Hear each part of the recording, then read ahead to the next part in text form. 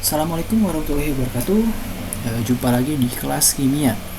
Masih tentang bab laju reaksi. Sekarang kita akan evaluasi pembelajaran ya. Jadi kita akan bahas tentang soal-soal berkaitan dengan bab laju reaksi.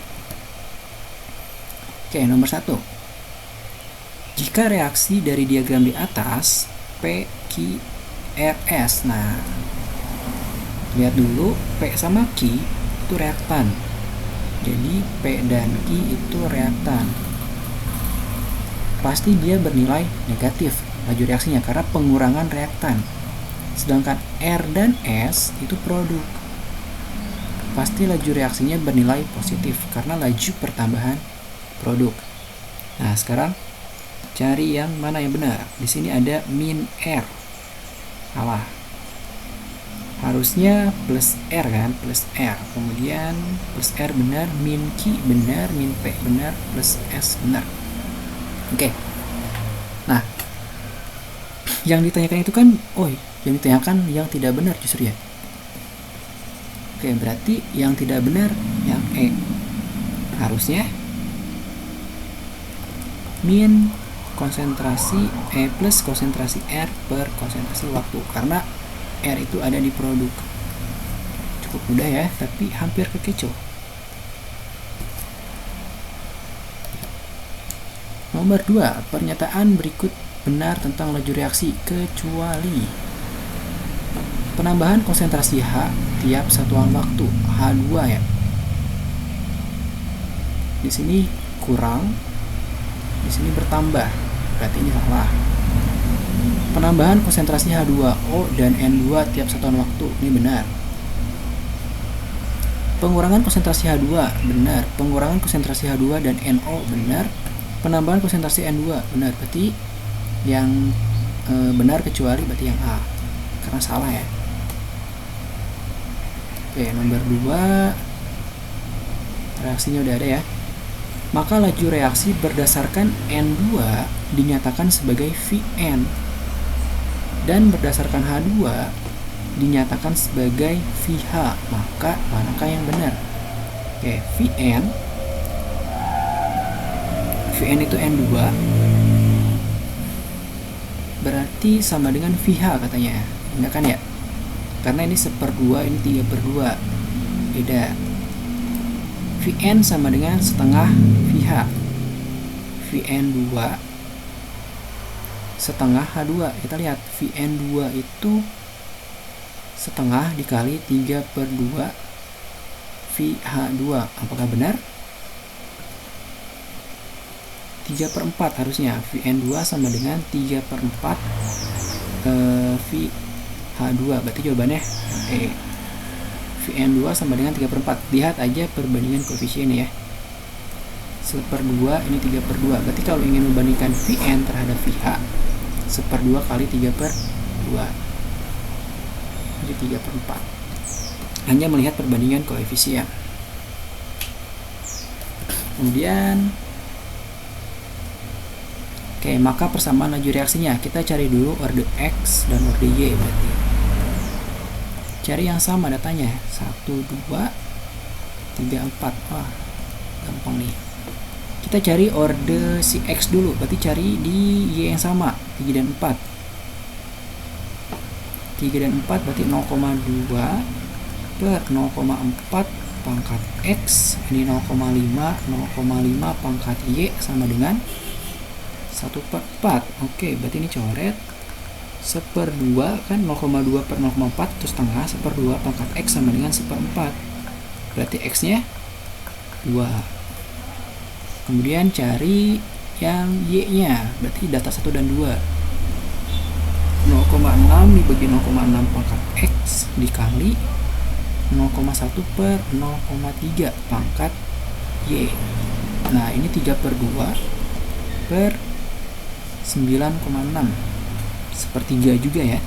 1/3 pangkat Y sama dengan 1/3 juga. Berarti Y nya sama dengan 1. Berarti persamaan lajunya V sama dengan K dikali konsentrasi yang reaktannya saja. Yang ini konsentrasi NO, jangan pangkat 2 ya, tapi kan ordenya X, bukan koefisien. kemudian H2 pangkat Y, berarti V sama dengan K dikali NO pangkat 2 dikali H2 pangkat 1. Berarti jawabannya yang B.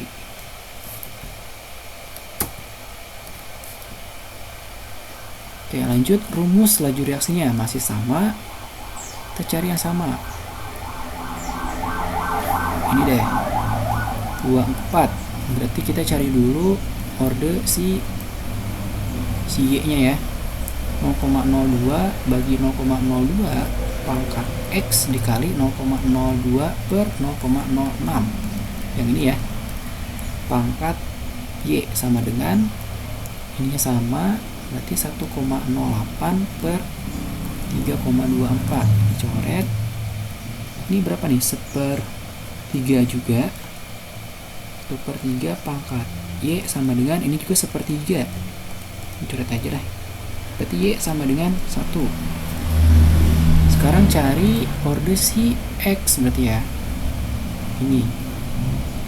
Berarti 0,01 per 0,02 pangkat X dikali 0,2 per 0,2 sama dengan, ini beda nih. 5,4 1,08. Berarti kita ubah